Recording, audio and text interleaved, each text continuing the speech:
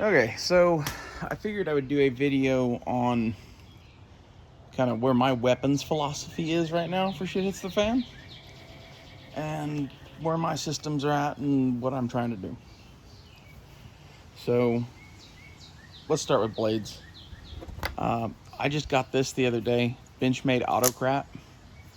Fucking bitchin'. I got this for free with the FAL. Dude just threw it in, so I'm keeping this thing. It matches my color scheme, I guess, and it's badass. Next, I wanted a K-bar, and I got the little wrench knife on the front, mainly because I could. It was cheap, and I thought it was cool. I thought I could blue it, and I can't blue it, so it's shiny. I might paint it black. But the point is, I put a tech lock on the back of this and mounted that to the front and spray painted some camo on them. Kind of just make it my own. And I got the, what do they call that? Modified Tanto K-bar. This was $75 on Amazon. That's why I got this one. I think pretty much that K-bar handle and crossguard is fucking perfect. And for $75 you can't beat this knife. The little wrench knife was like 30, I think. And in reality, it makes sense to have that on the front of there. If you have this on your side, this knife is kind of a weapon, whereas this one is more of like a utility tool. So, yeah. The other blade is, if you're going to have a sword, this is the sword you should have. This is the Cold Steel Gladius Machete. This is $27, and it is just a sharp, nasty piece of steel. It came with a blunt tip. I took a Dremel tool and did that in a few seconds, and I made it kind of sharp but round. And now it's sharp in the way like the tip of a bayonet is sharp. And that's kind of how you want a sword like this. If you made it razor sharp, it's going to get bent and fucked up and damaged, or it's going to get stuck in a bone, and you don't want either of those. So in reality, I think it's a good thing that Cold Steel sends these with unsharpened tips. If you have a file or a Dremel tool, you can do this in no time. I quite like this thing for $27, made in South Africa, because they know how to make fucking, genocide machetes or whatever the fuck this thing is. Like, I think it's hilarious that this comes from South Africa. And the sheath is not total shit. It is a pretty decent blade protector for what it is. Moving up from blades, black powder. I think there's a lot of reasons to have this, but mainly I'm really decent with a cowboy revolver, and this thing can be supplied a lot longer than these guns. With nothing but caps, I can come up with the rest of the stuff to shoot this gun. I've gone through this whole thing and smoothed out the action and basically wore everything to the point that shit broke, and then replaced the shit that broke with better shit. And now I'm going to put stainless steel nipples in the thing and the grip. I blackened in the forge and then beeswaxed. I quite like cowboy revolvers. I quite like black powder revolvers. And the fact that you can just go get one of these for a couple $100. This one was like $400 because it's shiny and short. This is a 44 caliber Pieta. It's Pieta Navy. It's a 1851 Navy in 44 caliber. So it's an Army frame, but then they did some styling shit to it that's Navy style. I like it because it has a fluted cylinder, and it's the right length barrel, in my opinion. I want about a 5.5 inch barrel on a gun like this. It's compromised between carryability and hitting power. That's what that is. The flutes save you on weight, and in my opinion, I like the Colt guns better than the Remington guns because they have the grease grooves and the cylinder spoke, and they last a little bit longer shooting black powder. And like, this thing is first and foremost, a gun to shoot black powder through, so it needs to be one that works, and the Colts work better. I would, if I had this to do over again, I would get a Cimarron. I really like Cimarron guns. I cheaped out on this Pieta and just settled for it because I had it in hand, and I had to do a lot of work to finish this thing out. a whole bunch of just, dry firing and replacing shit that broke, really. If you really want to get a good revolver, that's one way to do it. It's not the best way to do it, but I like to dry fire, and I don't like to fucking mate metal to metal. So, you do you. Next, car. My recommendation for you would not be to get this car, but to get a car pistol. Whether it's the CM9, PM9, or this is the MK9, the steel frame one. These are 9mm handguns that are pretty much all business, and they're about the right size. They don't have very many controls on them. They have a magazine release and a slide stop and a trigger. That's how I like a gun like this. This is a Galco pocket holster. You can get these for like 20 bucks. I think I scored this for 15 on eBay. That will fit any of these car guns that I just said, the CM9, PM9, or this. They're all the same size gun. They're basically different quality levels, and then this one has a steel frame. Has some night sights on it. I would like a gun like this because you can always have this with you, and this can flex from being in a pocket to being in a purse to being wherever the fuck you need it. I like to think of sidearms kind of like the Russians think of sidearms, and it's like a general officer's pistol, which would mean a sidearm is something like this. It's not something like a Glock 17. And that's controversial for most people. That's not how Americans think at all. But I like to have a little gun like this that's kind of hidden and tucked away, because in my mind, that thing, with these, I might as well be carrying a 1911, but I'm getting it for a much, much smaller package. These are 7-round extended mags for that. They fit those other two guns as well. This is a 1911 mag pouch that I have those in. You can mount it to a belt. It's not perfect. I think you can get 8-round mags for that too, and I might look into some of those. But I like that gun quite a bit, and I would highly recommend any car pistol. Only thing of note is they like to lose rounds out of the top of the magazine.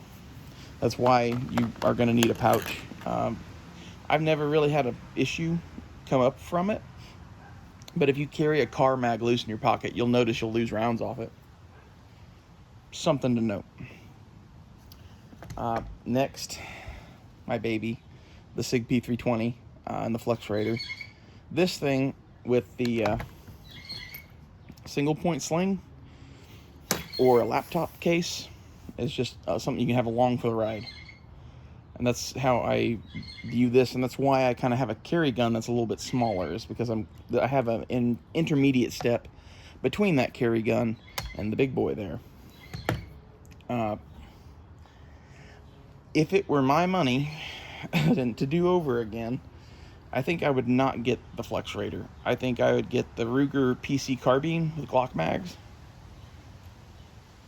and the Hollow Sun 403R. That's what I would get. The Flex Raider is extremely cool, though. For those not in the know, this is a SIG P320 that the Flex Raider is a replacement for the frame that does this. And it kind of turns it into like a little MP7 kind of thing. I think it's dope. And last but not least, the FAL.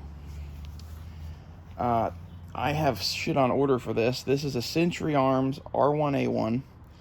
It is an Australian kit from 1966 that Century built out on an inch receiver.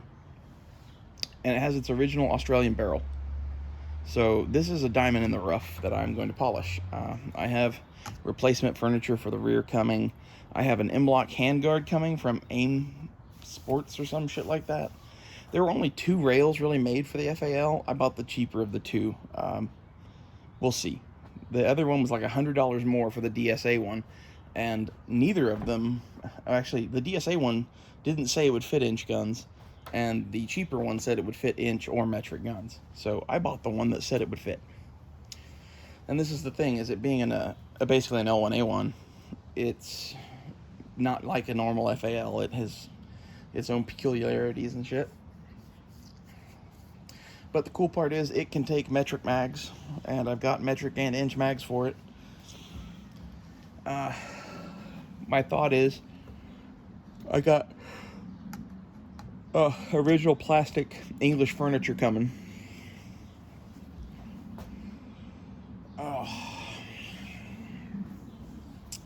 For the rear end, and I've got that rail coming, right? I'm going to put a little micro red dot, just like this one, on top of the rail. So it'll be forward of the carry handle, and we won't have to worry about any of this bullshit. I think it's the way to go. And then this sight on the L1A1 folds down. So that's perfect. And then I'm probably going to have a vertical grip on it and mount a light on the side of it. And then I'd like to have a QD bipod. And my thought is, if I could have a QD bipod and 50-round drum mags, I can kind of turn this into a pseudo light machine gun. And then I could take all that shit off of it, put a 20-round mag back in it, have a normal sling on it, and have it as kind of a pseudo deer rifle. And I think the ability to kind of go back and forth between those two extremes is cool. Very similar reason to the reason I got this thing is I can always take it out of this chassis, and then I have a SIG 320, which is, you know, like a Glock 17. It's a full-size 9mm handgun. And the other thinking behind these two, as I've said a few times on here, is in World War II / the Winter War, there was a sniper called Zemo Haya, and he skied around the fucking Russians with a Mosin Nagant and a Sukhoi submachine gun. And he got more kills than anyone in history with that setup. And I think if you're one person alone and you can do it, that's pretty much what you should do. And that's what I've tried to kind of replicate here. Is I have a PDW SMG kind of thing, and I have a rifle. This is a real rifle. I like 308. I've had several videos now talking about why I went to 308. I think it makes sense. I think in the pseudo light machine gun kind of role that I'm going to push this thing into, that 21-inch FAL barrel is going to be nice. And I'm hoping I can swing buying fucking drum mags. The drum mags are $300 a piece, so we might not get those. Considering that, you know, you can get plastic DSA FAL mags for like $17. We might just get a bunch of them. All the mags I have right now are steel. I'd like to figure out some sort of way to put a bayonet on that, but if I do the L1A1 flash hider, that means I need a $170 L1A1 bayonet. So the other thing I've been thinking about on the FAL is chopping the barrel down to 18 inches, having it threaded either for a Belgian flash hider, so I could take a Belgian bayonet, which is like $40, or put a Surefire brake on it, which would make sense. And I don't know if I'm going to do any of that. It has that kind of like fake Belgian flash hider thing that's been permanently welded on by Century on the front of that Australian barrel. So I don't know. I wouldn't be heartbroken to shorten that barrel. I think most people would rather have an 18-inch FAL than a 21-inch FAL. But there's a part of me that just likes having the full original length thing. And I'd also like to have the original L1A1 handguards and flash hider put on here, because then you have pretty much a clone of it, and that's super cool. I got an L1A1 sling on the way. We'll see what else we do to this thing. That's kind of my thoughts for now. I already have the flashlight I'm going to use. I have a Surefire G2X LE in a QD mount from CAA. I'm going to just put it on that rail. I have a Rhodesian chest rig on the way for this thing too. Mags for this, I don't know how I'm going to carry those yet. I'm still working on that. And like I said, for this thing, I'm going to put this on the pistol belt that I get to do whatever I do with the SIG mags with. And my thought is, not that I'm going into battle or some shit, but like, if you're going to own a gun, you should at least have the shit to carry the mags for it. Maybe you don't use this shit. Maybe like 200 years from now, the fucking, you know, descendants of the fucking place that you found need to rise up or some shit, and they use grandpa's shit. Who fucking knows? It's stupid to have a weapon without the shit to use it. You should have ammunition and mags and the shit to carry all of it with you. And final thought on the black powder revolver. if all I'm doing is guarding my garden from people stealing my crops, this is going to be the first gun I go to. All the rest of this shit's going to be hidden. So I'm going to be some dude in a fucking minivan with a black powder revolver to most of the world. In reality, I'm armed to the fucking teeth. Okay? This is not ready to fight a war necessarily, but this is more ready to fight a war than the average person is by a fair amount. This is what I would encourage most of you to replicate in your setups. Other weapons to consider. I might do a whole nother video on other shit, because like I've got like a baseball bat and a hammer and nunchucks and shit like that, but like this is the serious stuff. Like this is kind of fantasy, but like it's useful, and like it's $27. I don't think you can argue with this for $27. And if you wanted to know why I think this sword, basically some version of this sword has been used in warfare for the last 2,000 years. I think it might come up again. That's really my thoughts on the Gladius. The other thing is, I watch Shadiversity, which if you guys don't watch that channel, it's very entertaining. Kind of a nerd from New Zealand that talks about weapons, and he did like an hour-long video on modern swords. That his conclusion was basically this. I agree. And honestly, like for a lot of people who could be watching this in other countries, this thing and that Gladius are obtainable, and then you have 6 shots and a short sword. That's better than a lot of shit. Okay? Especially if you can get the K-bar to go with it, then you have some blades and a pistol. And like if all I had was black powder, I'd probably have a pair of pistols. My second pistol is a fucking car, because this is America, you know? If you want to know where this thing is headed, I have a video out from years ago. It's like 20 minutes long, called The Light Automatic Rifle Concept. That's where this is headed, okay? Except I'm going to make an even lighter version of it that is even more flexible, that I can take shit on and off of to do different things. Before, I had a PTR 91 that I set up super, super heavy to do what I'm doing to this thing. And I'm doing a lighter weight version of it now. So I'll eventually do a video on that whenever I have all the shit for it. Thanks you guys for watching, and I hope you guys have enjoyed these videos today. This is the last, I don't know, year or two's worth of fucking preps, basically, and thoughts, and like buying shit and perfecting shit or whatever. There's a lot of research that went into like the last hour or so's videos that you guys have watched. Maybe it's more like 2 hours now. I don't know, hour and a half.